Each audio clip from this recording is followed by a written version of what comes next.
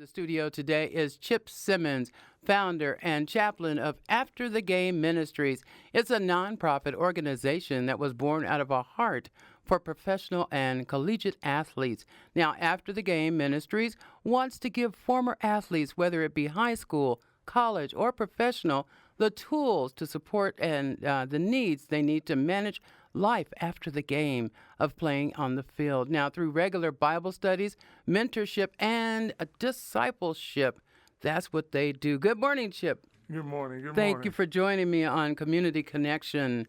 So what or who, I should say, was your inspiration to create After the Game Ministries? Well, I've been a chaplain in the NBA and NFL and in collegiate football, and I was at the University of Colorado, and I was on Dan Hawkins' staff, and we all got fired. And I was like, man, I don't know what I'm going to do next. I've been going to the ballpark since I was like 15 years old, so what's next in my life? And I'm sitting around having a pity party and playing the blues all day. Okay. And I was like, just as I'm sitting there, God put on my heart, like, what about all the athletes that never get to play again? What about all the athletes that when their career's over, nobody's there to support them?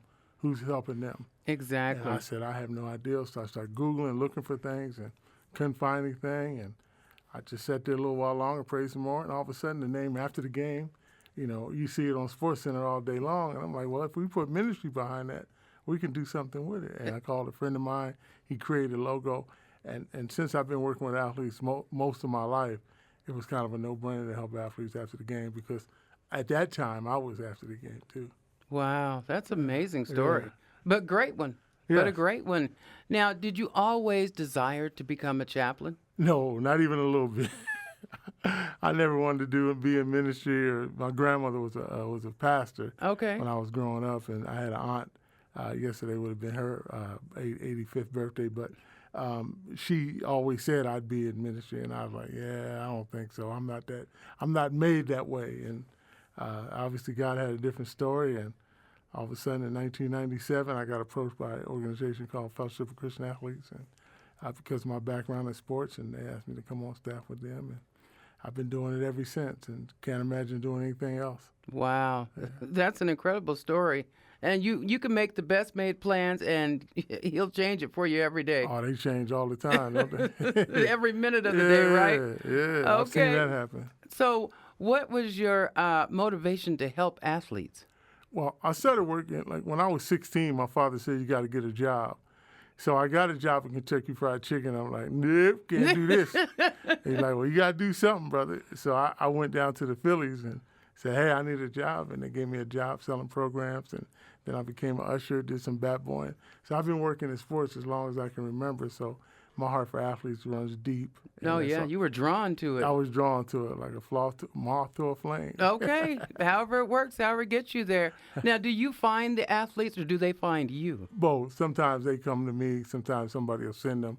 Sometimes I'll just go out where athletes are and we have a dinner coming up, and we'll get some athletes that will come to that. And we have Bible studies, and we have just meetings where we just meet, and people invite friends. And so a lot of word of mouth, like, hey, this is what's happening. Word of mouth is very powerful, isn't it? Very powerful, very powerful. That is great. Now, how do you keep After the Game Ministries going? Like you said, you had a fundraiser coming up next week, I believe. Yeah, on the 29th. Yeah, we raise support. We're a nonprofit organization, so we have to raise support, and we do a couple.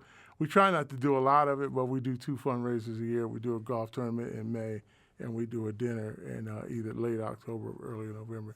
This year is October 29th. And do you have a theme for that? A theme? Yes. Please come. Please come to dinner, huh? Please come to dinner. That's a good one. So tell me, Chip, so where do people reach you? Social media, how do they reach your organization? Yeah, we're on Facebook, we're on Instagram, and you can reach me. I'll give you my personal email.